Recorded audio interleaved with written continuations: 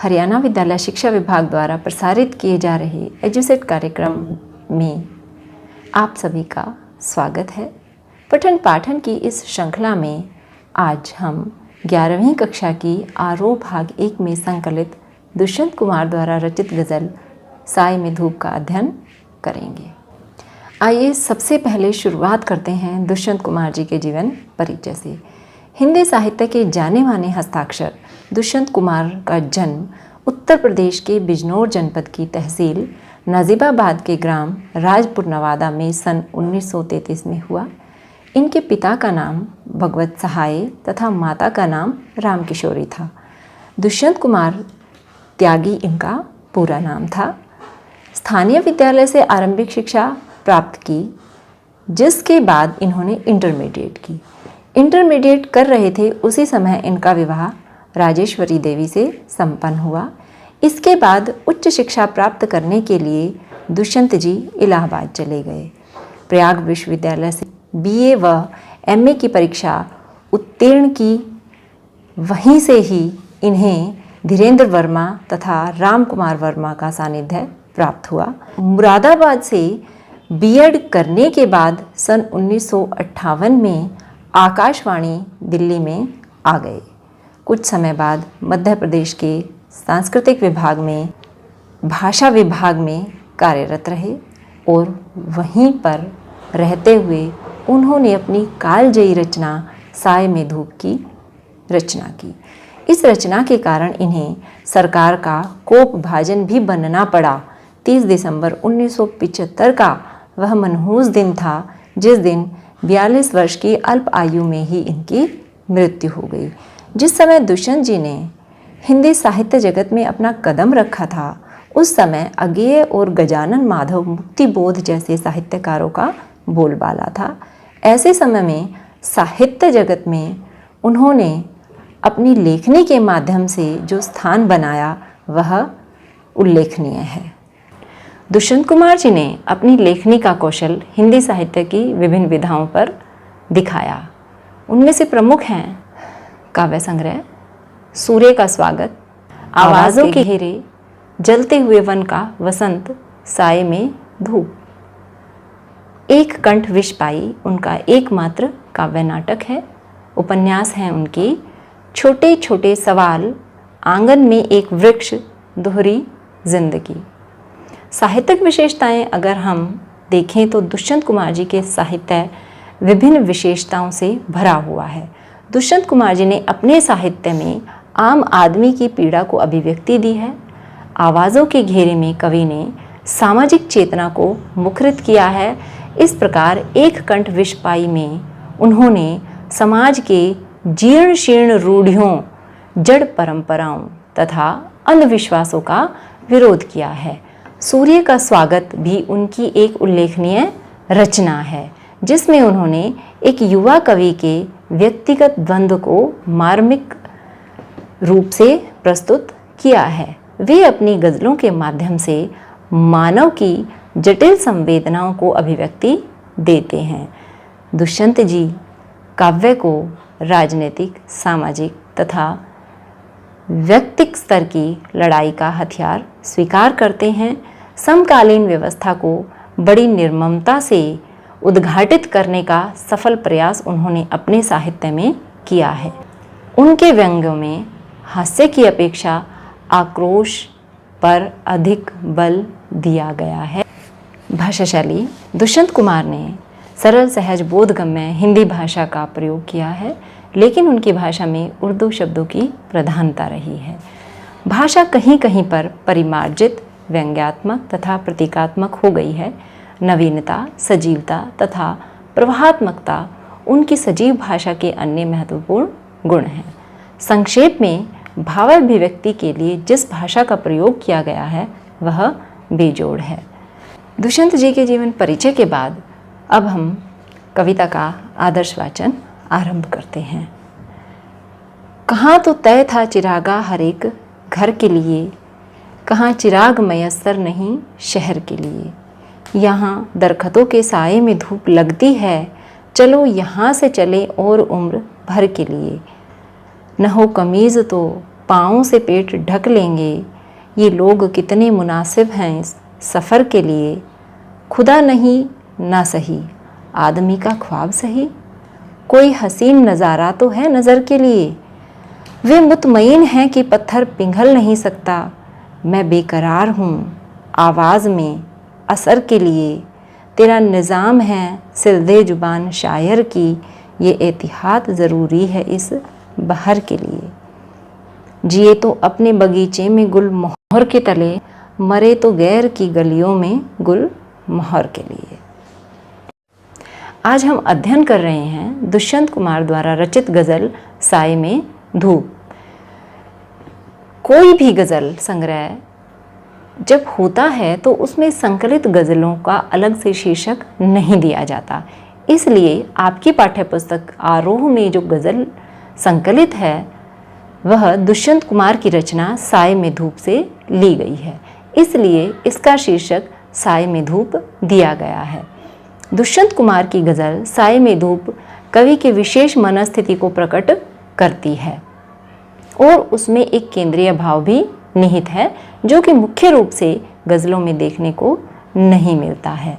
राजनीति और समाज में जो कुछ भी चल रहा है कवि उसे निरस्त कर अन्य विकल्प सुझाते हैं।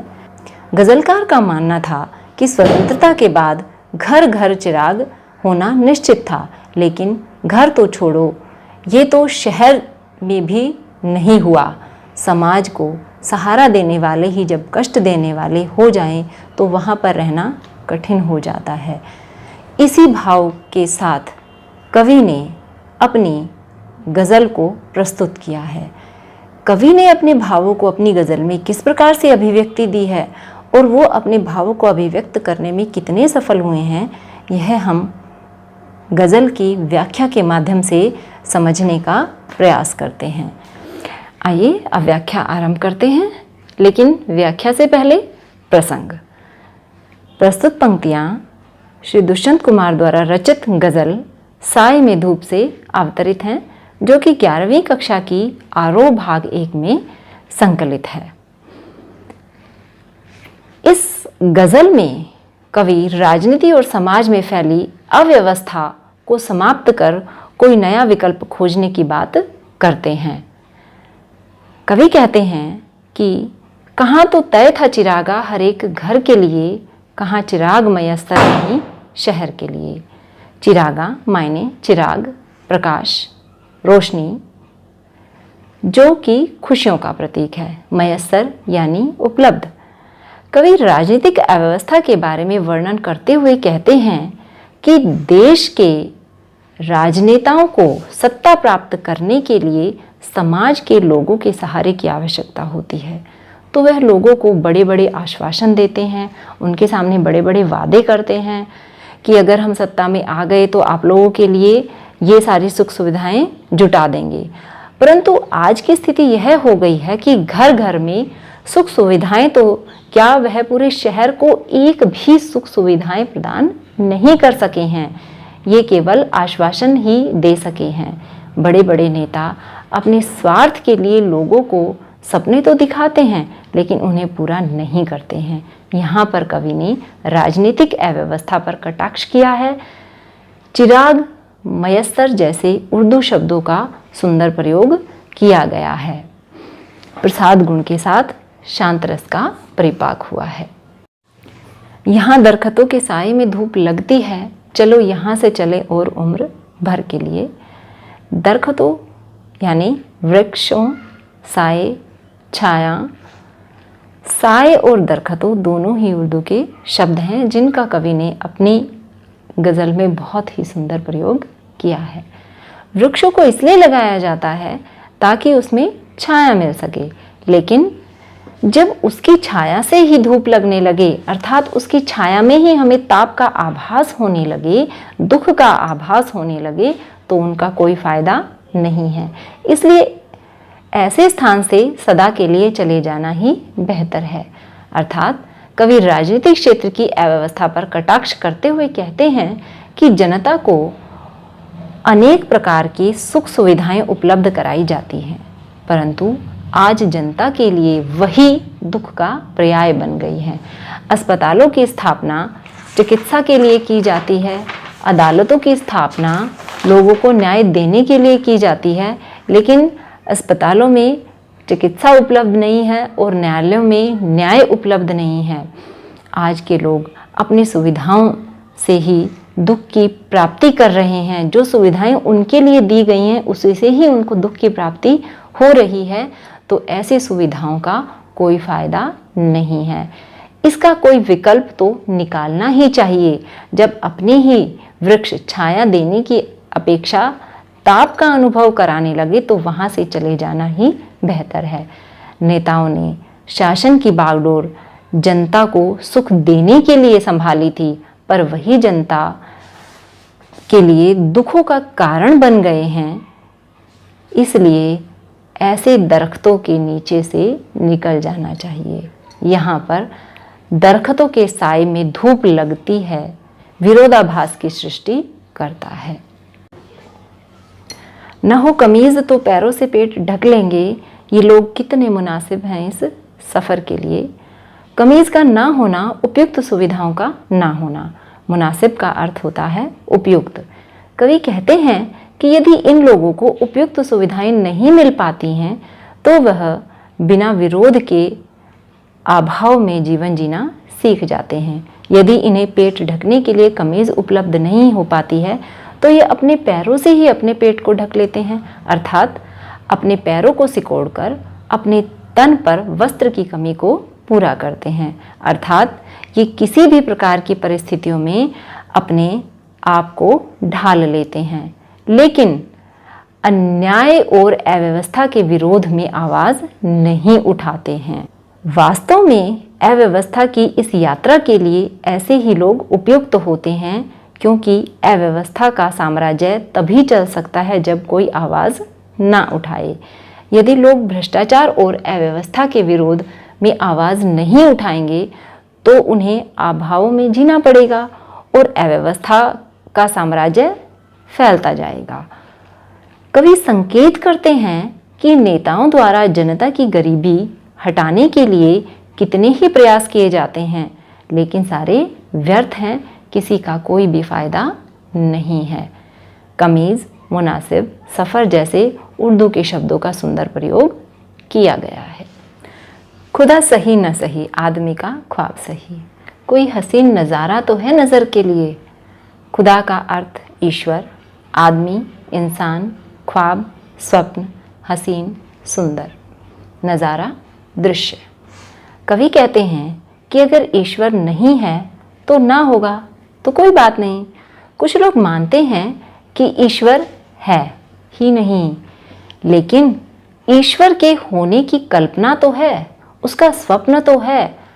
और जो लोग ईश्वर में विश्वास करते हैं वे इसी कारण से ही समाज में दया, क्षमा और परोपकार जैसे गुण विद्यमान होते हैं और यही गुण इस संसार को सुंदर बनाते हैं।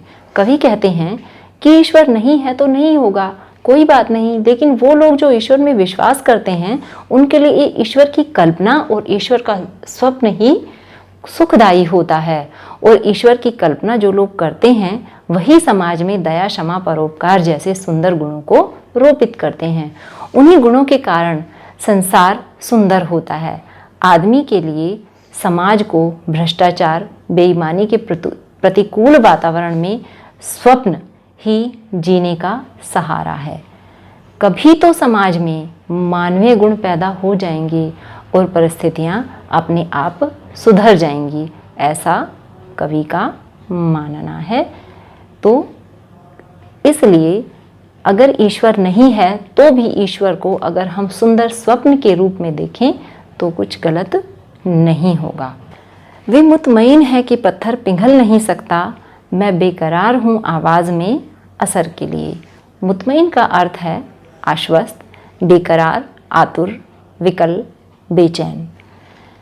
कवि दुष्यंत जी को लगता है कि सामाजिक क्षेत्र में फैली बुराइयों, भ्रष्टाचारों, बेईमानी आदि को देख देख कर जनता उनकी आदी हो चुकी है। उन्हें विश्वास हो चुका है कि समाज में जो ये सब कुछ फैला हुआ है वो एक कठोर पत्थर की तरह है, और जिस प्रकार से पत्थर नहीं पिघल सकता, इस प्रकार से ये सब कुछ भी नहीं पिघल सकता, इनमें भी किसी प्रकार का बदलाव नहीं आ सकता। इस प्रकार सभी परिस्थितियों को बदलना संभव नहीं है, इसलिए समाज इन परिस्थितियों के अनुसार अपने आप को ढाल चुका है। लेकिन कवि बेचैन है आवाज़ में असर के लिए कि कब उनकी आवाज़ का असर लोगों पर होगा, क्योंकि इन परिस्थितियों को बदलने के लिए विद्रोह का स्वर होना आवश्यक है, तभी तो यह परिस्थितियां बदल सकती हैं। इसलिए कवि चाहते हैं कि उनकी आवाज़ का असर समाज पर हो, उनके स्वर बदलें, समाज आवाज़ उठाएगा तभी परिवर्तन संभव हो सकेगा, अन्यथा नहीं। तेरा निज़ाम है सिलदे जुबान शायर की, ये एहतियात ज़रूरी है इस बहर के लिए। निज़ाम होता है शासक, जुबान स्वर आवाज़, एहतियात होता है सावधानी, और बहर होता है छंद। साहित्यकार जब जनता का प्रतिनिधि बनकर शासन की अव्यवस्था के विरुद्ध आवाज़ उठाते हैं तो शासक उसकी आवाज़ को दबाने का प्रयास करते हैं। इसलिए कवि कहते हैं कि तेरा शासन है, तू शासक है और तू जो चाहे वह कर सकता है। शायर अर्थात साहित्यकार की आवाज़ को दबा सकते हो, उसके स्वर को लोगों तक नहीं पहुंचने देने की व्यवस्था कर सकते हो। जिस प्रकार से गज़ल अथवा कविता के लिए छंद के बंधन की सावधानी आवश्यक है, वैसे ही शासक अपने राज्य को कायम रखने के लिए साहित्यकार की आवाज़ को दबाने की सावधानी को रखना पड़ेगा। अगर साहित्यकार या कवि की आवाज़ लोगों तक पहुंच गई तो लोगों में जागृति आ जाएगी, जिसके कारण शासक का सत्ता पलट हो सकता है।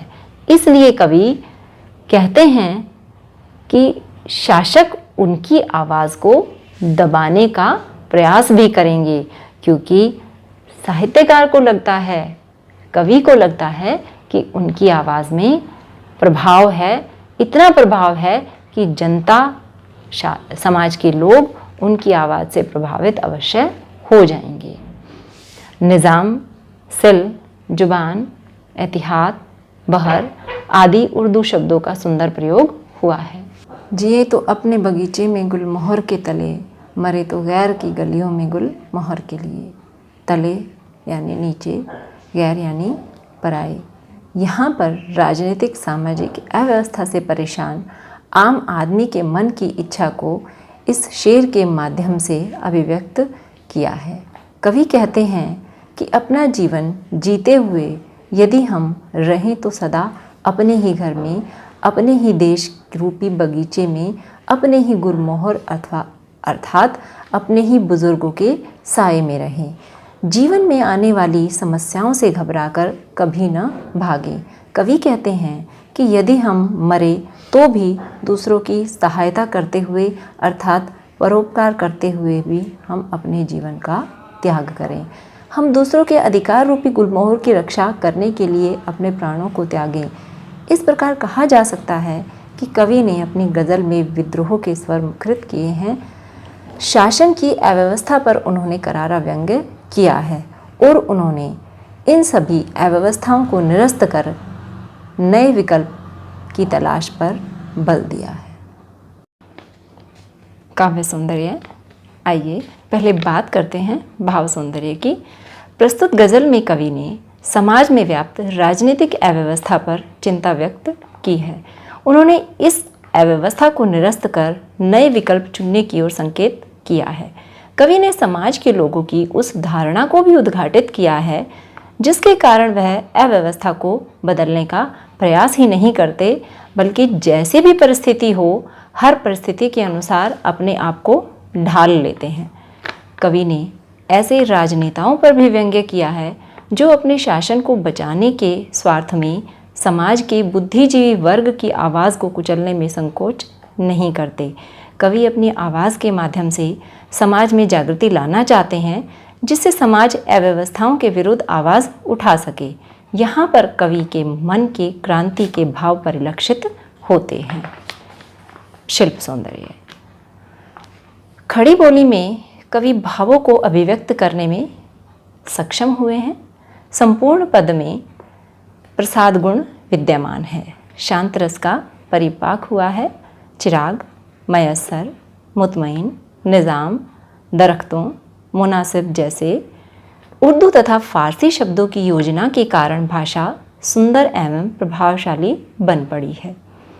लक्षणा शब्द शक्ति संपूर्ण पद में विद्यमान है। प्रतीकात्मक शैली दृष्टिगोचर होती है।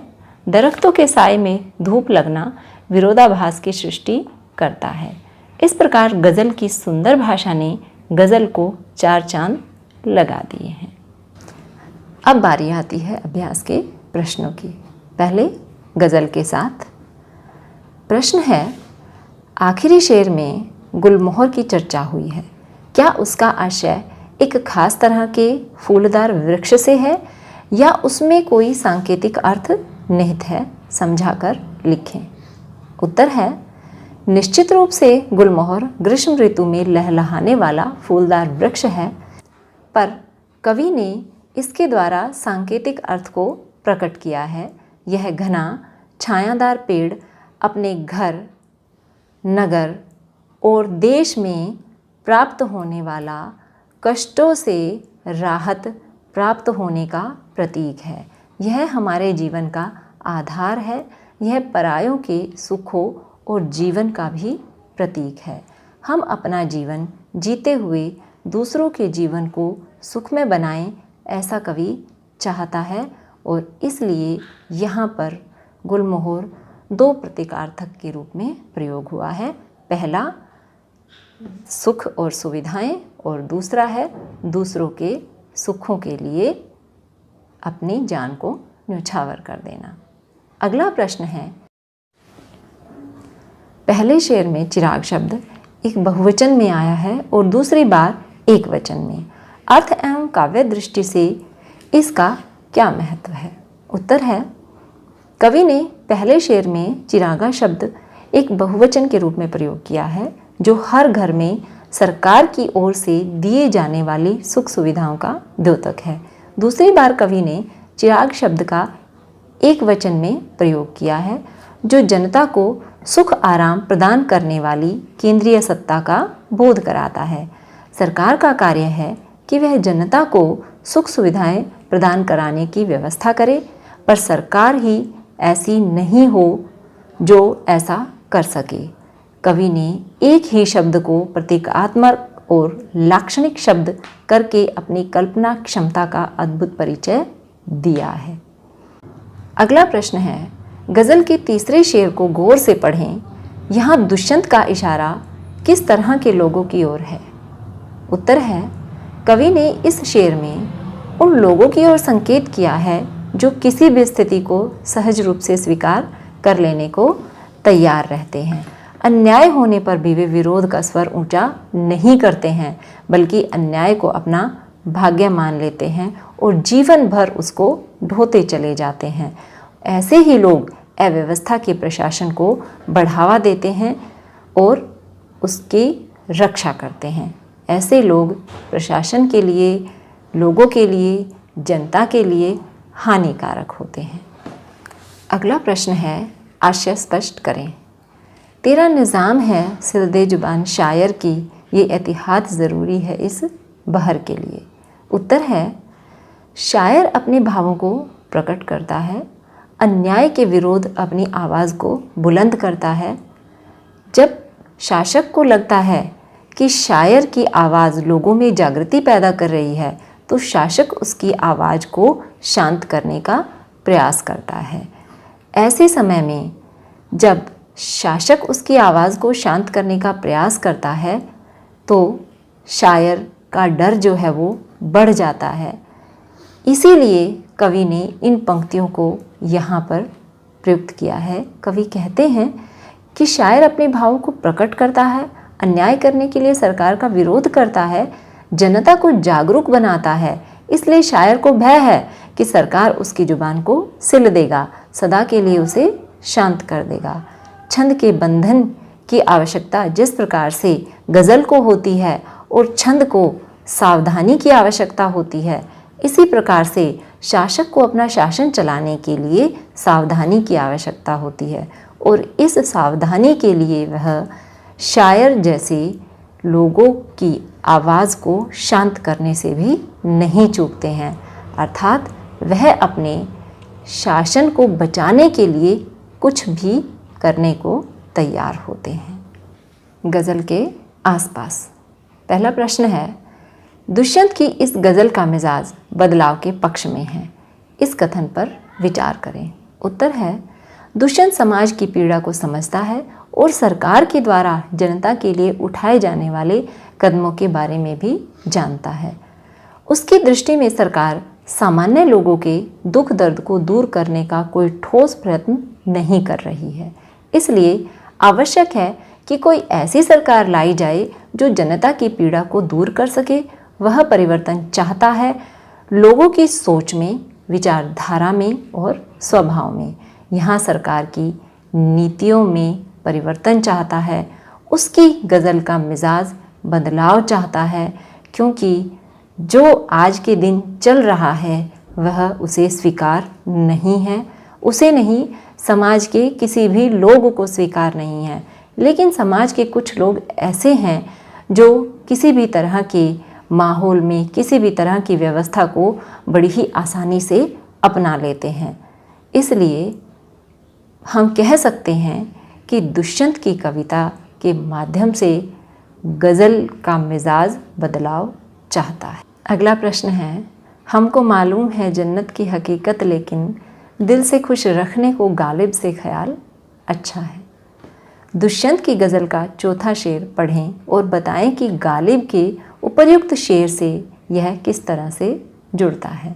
उत्तर है, मनुष्य जीवन के सुखों के बारे में सोचता है, भगवान का भरोसा कर स्वर्ग के सुखों की कल्पना करता है, कोरे स्वप्नों के सुखों से मन बहलाता है।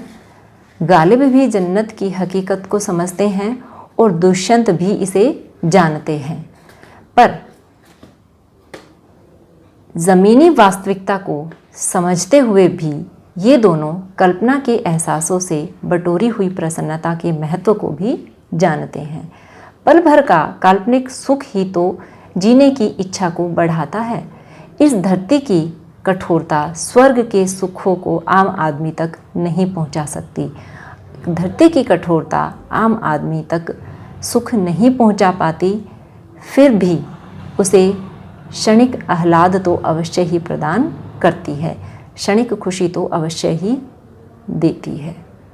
अगला प्रश्न है, यहाँ दरख्तों के साए में धूप लगती है। यह वाक्य मुहावरे की तरह अलग अलग परिस्थितियों में अलग अलग अर्थ दे सकता है। मसलन, यह ऐसी अदालतों पर लागू होता है जहाँ इंसाफ नहीं मिलता। कुछ ऐसी ही परिस्थितियों की कल्पना करते हुए निम्नांकित अधूरे वाक्य को पूरा करें।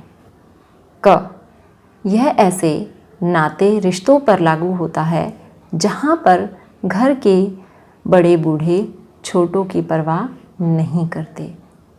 ख, यह ऐसे विद्यालयों पर लागू होता है जहाँ विद्यार्थियों को ज्ञान नहीं दिया जाता। ग, यह ऐसे अस्पतालों पर लागू होता है जहाँ मरीजों की उचित देखभाल न होने के कारण हालत बद से बदतर होती जाती है।